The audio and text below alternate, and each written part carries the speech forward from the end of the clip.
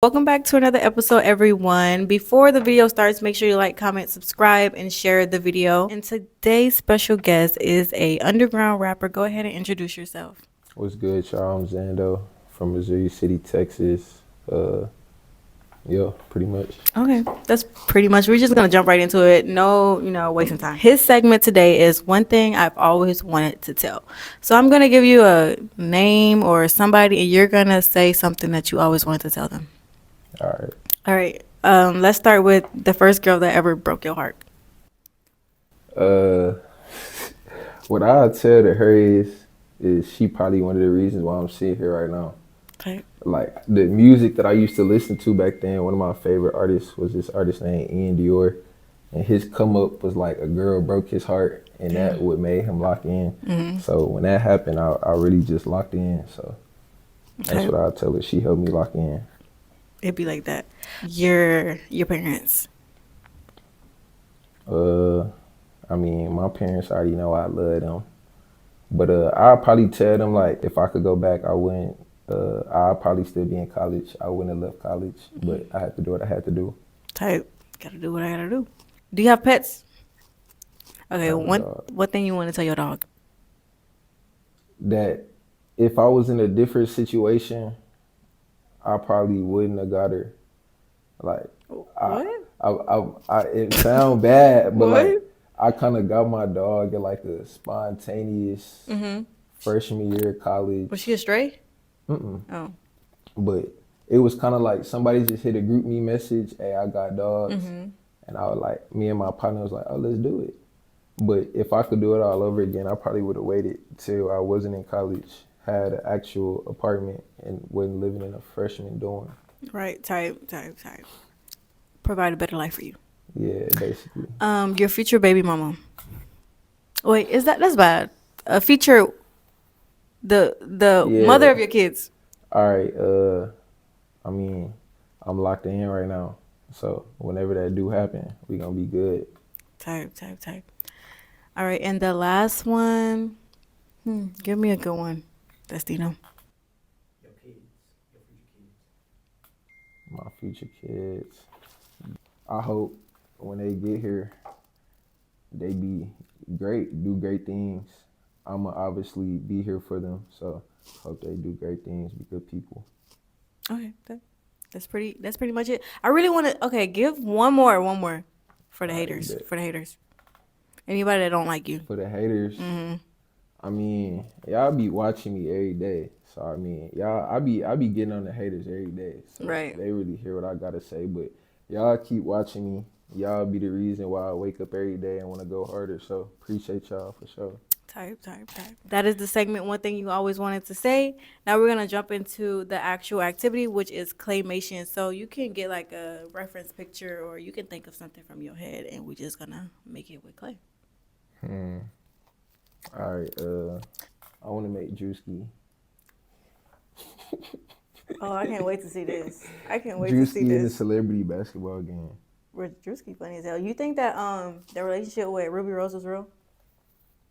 Look, like as a man, I wouldn't want to see nobody go out like that. Like the stuff she was saying on Twitter. Wait, what was she saying?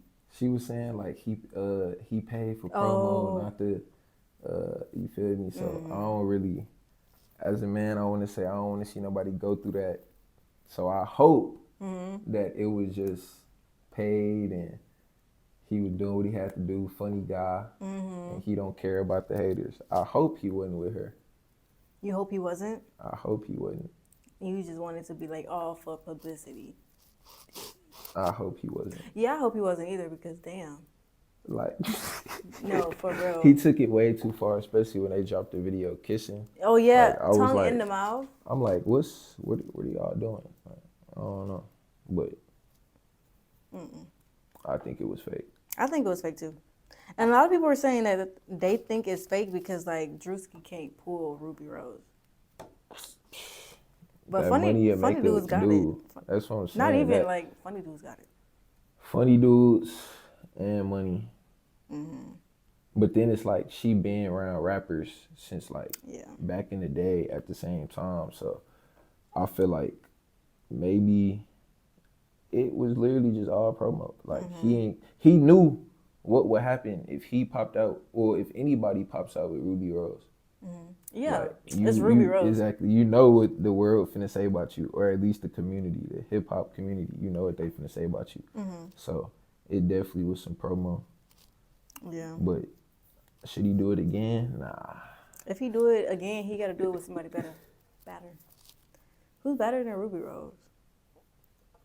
Like, he would have to do it with somebody that's not like Lori Harvey. Yeah, but then see, okay, if Lori Harvey pop out with Druski though, everybody gonna know what's up though. That's a joke. Everybody gonna know what's up. Like, she gonna have him doing back road shows in a bar, not being a social media icon or whatever he is. I say. As comedian. Yeah, but Lori Harvey would do him bad. Michael B. Jordan got it because, you feel me, he an A-list celebrity almost, you feel me, so that don't really, he could get done bad or get broken up with. And then Steve Harvey told him, he was like, look, you know what you getting into, my boy. Damn, he really raised the menace. He knows he raised the menace. He knows he raised the menace. I mean, you got to. I feel like if you a father and you got a daughter, right, you got to know, like, I feel like you should want your daughter, not, you feel me, to jump around from man to man, but you should want her to be bougie, I guess, yeah. Like, you can't touch me if you're not like this. Are you into fashion? I am very into fashion. Okay, what's 3 fashion no-nos? Or, because, okay, fashion is subjective, but what's something you wouldn't put on your body? I wouldn't put on a skirt. Really? Nah. Not on that Young Thug thing? Like, Nah, I wouldn't put on a skirt. And, like, I had got, one of my partners had put up to my crib, because I have, like, a little backdrop. I take photos in front of sometimes. But he put up on me, and he had styled me for a shoot. And he had bought, like, a kilt, but it had a split all the way up the, you feel me, like shorts. So I wasn't tripping on that. It just had, like, the little over part that made it look like it was probably a skirt, but it wasn't. Like, it was really shorts behind it. Right. So I was cool on that. But, yeah, I'm not putting on a skirt. Honestly, I don't really rock Supreme. Yeah, that's... No more. I mean, I still see people rocking Supreme. That's the only reason why I feel like I had to say that. Like, I wouldn't rock Supreme, because I feel like a lot of people do still rock Supreme. And then, I don't know, what's another don't? Would you ever wear a dress? That's the skirt. No, that's the same thing. It's like the skirt. Nah, I wouldn't put on a dress. I feel like I wouldn't put on anything, just cross-dressing in general. Blouse, nothing like that. Like, I'm not, even though them actors be doing it, and I do like acting, and I feel like if I were to be on like a show or something, and that was one of the, something I had to do for a scene, I'm cutting it out the contract. Right. No, for real. Like what they said, Bernie Mac back in the day, he used to be saying, I'm not doing that. As he should. That's exactly what the time that I'd be on, because I don't know. Growing up, okay, when did you start smoking? I started smoking like probably when I was 14. Did your parents care, or they just let you? My parents didn't find out until I had gotten a little bit of trouble with the law my freshman year of college. Really? So I was going that whole time from 14 to like I was 18, just high. I used to be high every day in the crib. So how did they react when you got caught? They was more so worried because of the city that I got caught in. It's a lot of bad stuff going on over there with like white and black people, basically. Oh, race. Yeah, so they was more so worried about that. And then they was shocked, like, marijuana? And I'm like, yeah, I've been doing this though, so it's not even, in my eyes, I was just like, thank you for picking me up. Right. take me back to my dorm, so I could go to my friend's crib and roll up again. Bro, you did not learn your 'Cause lesson. I kind of did though, Okay, you did. because I had, when I got back to my dorm, I threw away everything I had weed related. But then I was bored that night, and then my partner hit me up like, pull up on me. I'm like, yeah, of course I'm pulling up. Like, Oh. I don't got nothing to do. Of course I'm finna pull up and come smoke. So Okay. Well, at least, well, you didn't go to jail, right? for a night, For a night. Okay. Well, but I got set up. you got set up? Yeah. Boy, how you got set up? Tell the story. So I'm not gonna name the university I went to, but I was at a little university, and I'm in the parking lot.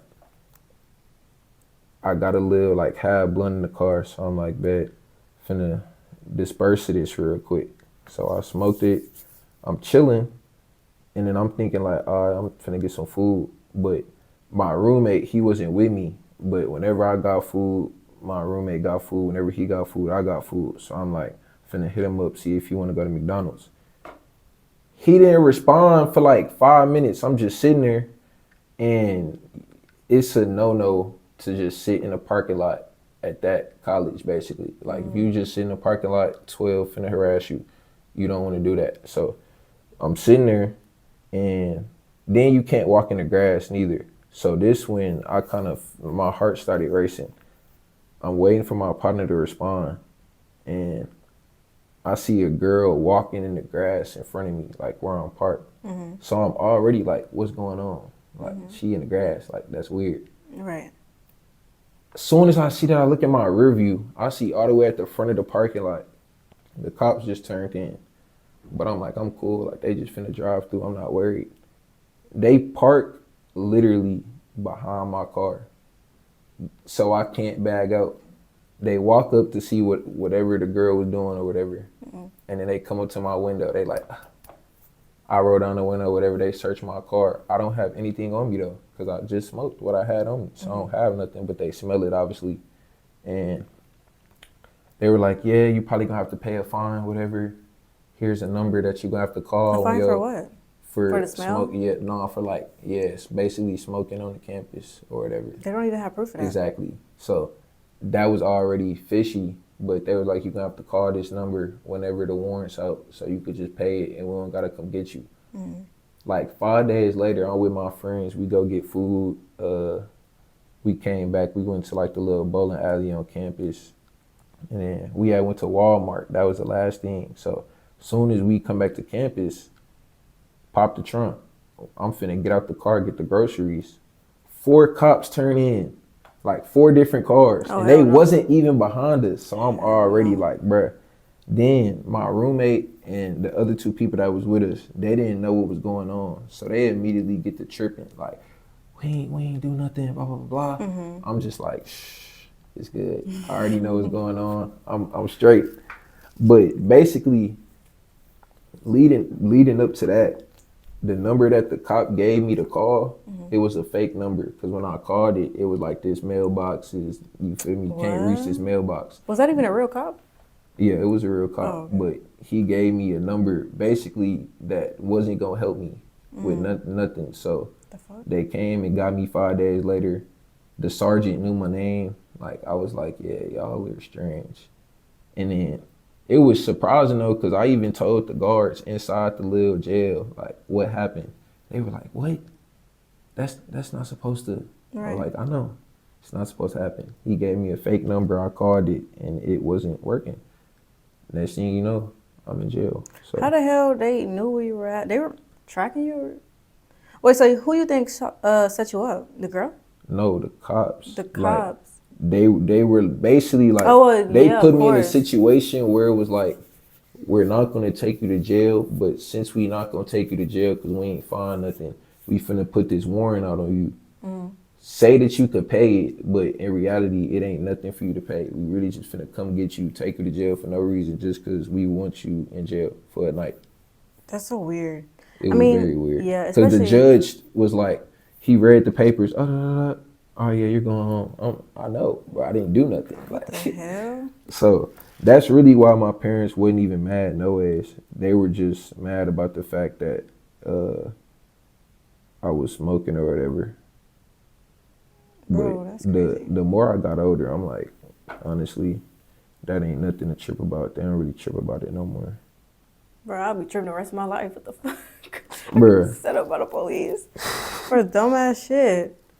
I know But it people was that like done in a got racist place area. So. very, but that was the problem too. Like that's really what's the issue about them racist areas is that after it happened, when I was being took to the jail, one of the officers was like, we have a delivery. And it was a black lady. She was like, oh yeah, I'm dropping off the mail right now. Mm-hmm. I was like, mail? Delivery? I'm like, what game is y'all playing? Like, that y'all are looking at me as a package that's getting mailed to the jail right now. And I ain't even do nothing. Like I could see if I was somebody out here causing harm to the community. Like if it was a constant. This is my first time ever even getting put in handcuffs, caught up anything, and y'all calling me male. So I knew, like, all right, yeah, this is just something I'm just gonna have to deal with a few days. It's giving and get it's out. Gonna be good. It's giving get out. Basically. What? We have a package delivery. Get your weird ass on.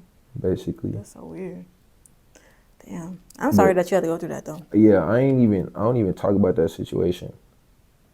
Cause I feel like the first time I told anybody about that situation, they was more so like, oh, what? How was jail? And I'm like, yeah, y'all are, yeah. I'm like, literally, like, they were like, how was jail? Like, I'm like, cold. Like that shit's like a, yeah, everybody like want to go there, like, a checkpoint. Experience, like, yeah, it was something in my life that something I could check fun. off. Like, oh my God, I made it to jail. The fuck? Especially when that got me in trouble with the school. Of course, yeah. A few months later, I get or I think it was like the next month, I'll take my finals, whatever. I'm trying to do my classes for the next semester, and I got a student code of conduct block. Mm-hmm. And I had to literally like go through student code of conduct, talk to a bunch of higher ups about that situation. And every time I talked to them about the situation, their only words was, I used to smoke too, so I get it. But I'm like, so basically I'm not in trouble. Yeah, I'm like, so basically I'm not in trouble for nothing. Y'all just got me here for no reason. But it was cool though. I ain't really tripping about it. Did your voice just get deeper? I mean, my voice is kind of dry right now. Oh. Let's talk about the struggles of becoming an upcoming artist. Like, what's like stopping you from being famous right now? I think, is it like the support from people or like promoting your music? I feel like I could say it's the support, but at the same time, it's like these artists that are getting millions of plays, it's probably like, well, it's definitely over thousands of people that listen to their music. So I can say that my 15 closest friends, or maybe the other 100 or 200 people I might be cordial with that I follow on Instagram or any social medias, yeah, they might listen to my music and they might support me, but I can't be mad that I'm not going up or whatever it may so be if there's not 10,000, 15,000 people listening to my music. So I don't even really look at the people around me as y'all are not supporting me, because most of the people around me do support me, or even the ones that don't listen to my music.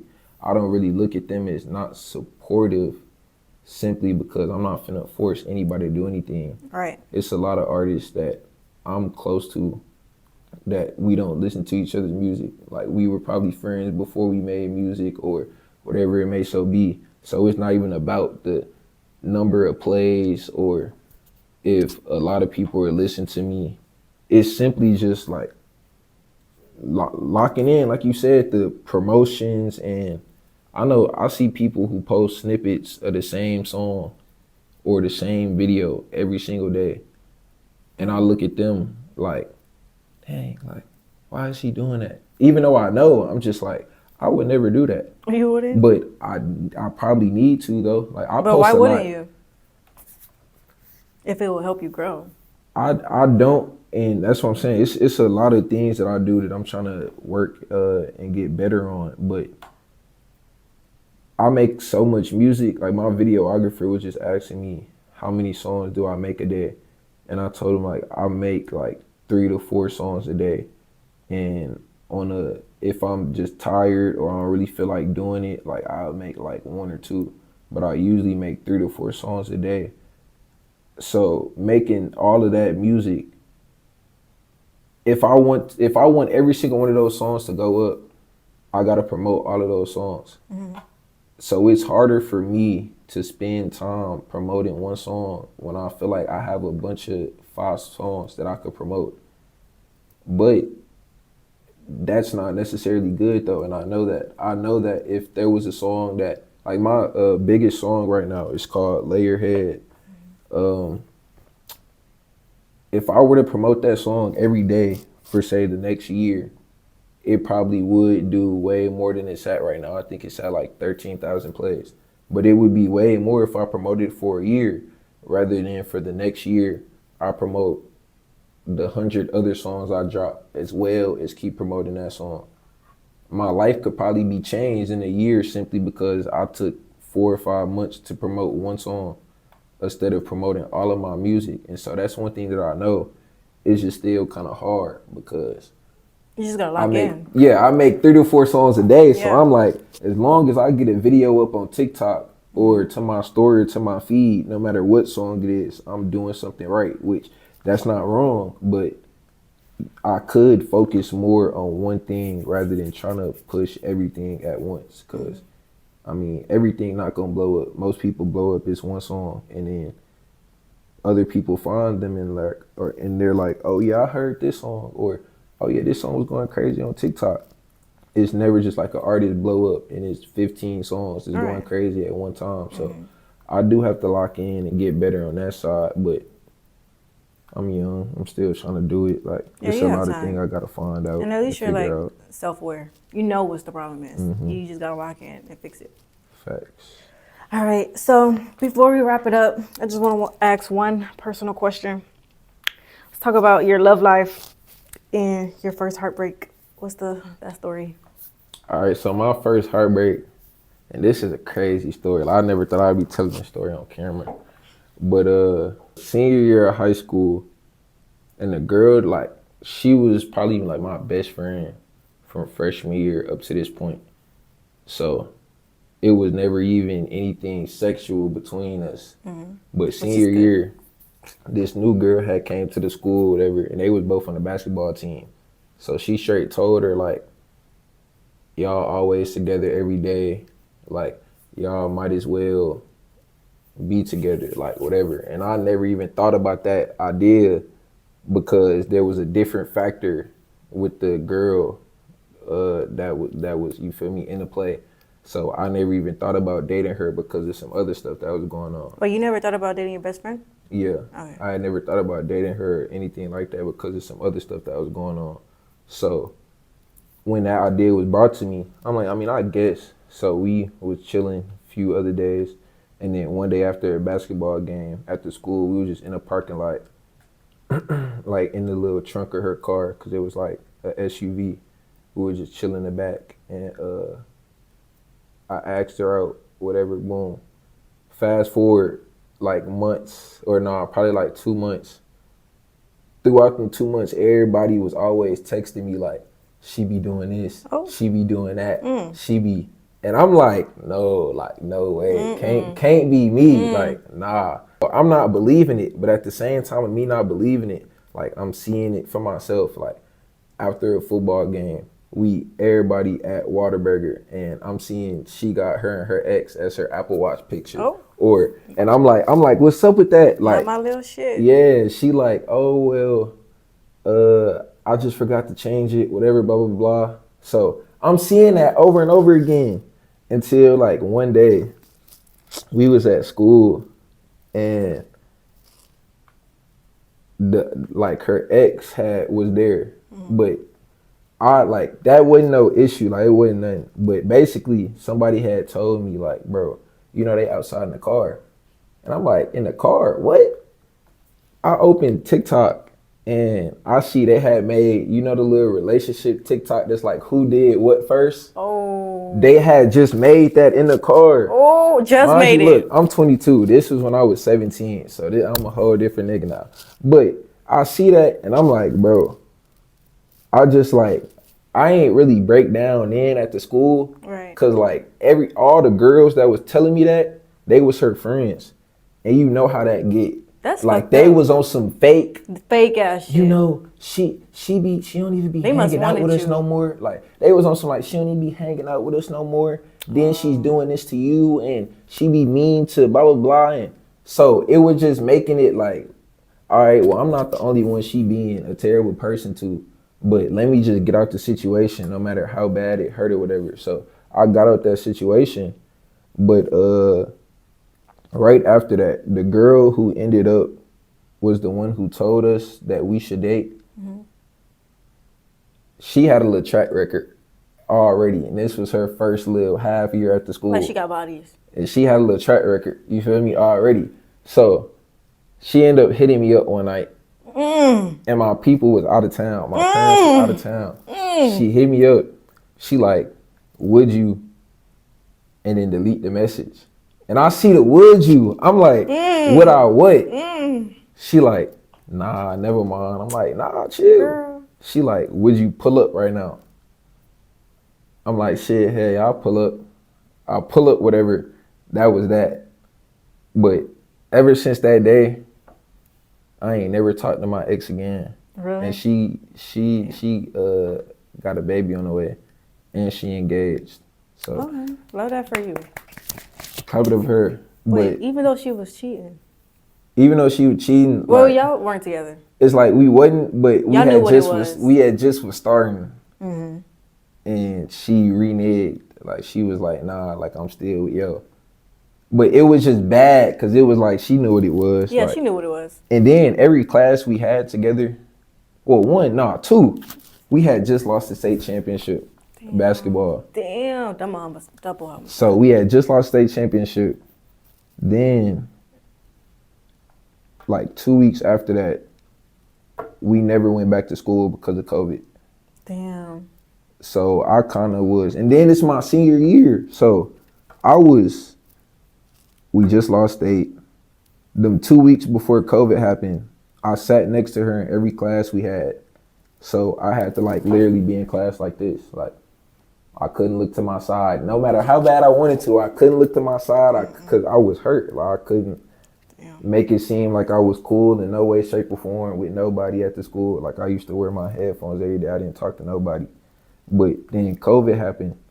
So when that shit happened, I was done for. Like I probably was depressed for a few months. Mm-hmm. Then I had to go to college, fresh off of being depressed.